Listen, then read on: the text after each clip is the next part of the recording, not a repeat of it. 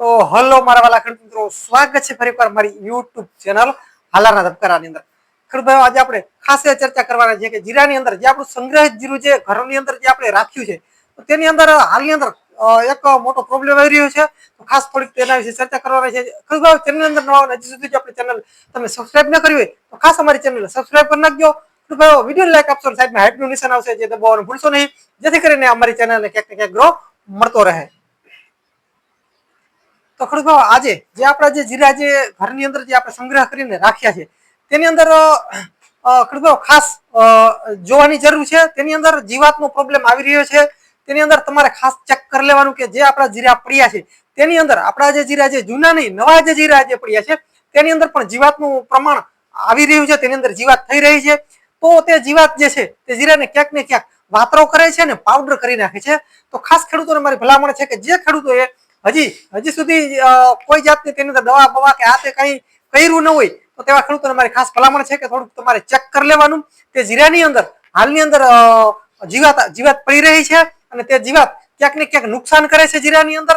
અને આપણા જે જીરા જે છે તેનો વજન જે છે તે ક્યાંક ને ક્યાંક ઘટાડે છે અને ભાવ પણ તેનો પછી ઓછો આવતો હોય છે.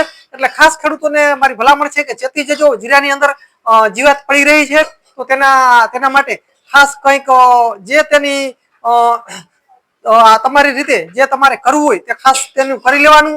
તેની અંદર ઉપરથી દવા છાંટવી કે કઈ રીતના કરવું એ ખેડૂતો સારી રીતે જાણે છે.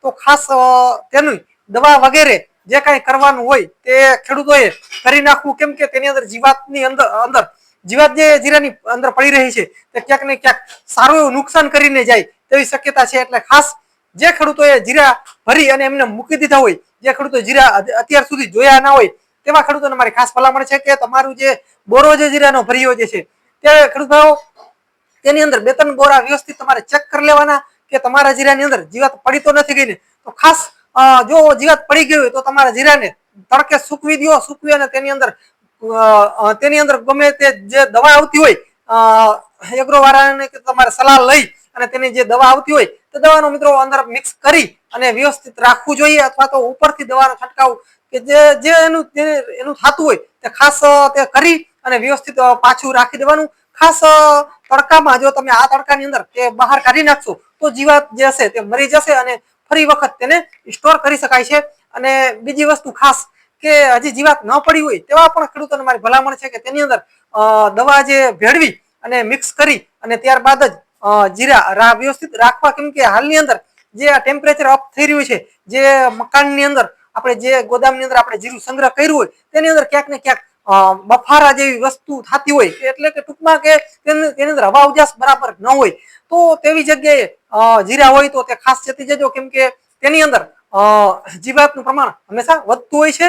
તો ખાસ ખેડૂતોને મારી બસ આટલું જ સંદેશ હતો કે જીરાની અંદર જીવાત પડી રહી છે તો ખાસ, કેમ કે હાલની અંદર જીરા આપણે જો વેચવા હોય તો વેચી શકીએ પણ એટલો ભાવ નથી, જેથી કરીને આપણે આવું બધું કરવું પડે છે. જીવાત નકર આપણે શું કરવા દઈએ, ડાયરેક્ટ ન વેચી નાખીએ. પણ પ્રોબ્લેમ એ છે કે યુદ્ધ જેવી કન્ડિશનની અંદર જીરાનો ભાવ ક્યાંક ને ક્યાંક ગૂંચવાઈ રહ્યો છે અને ભાવ બરોબર ખેડૂતો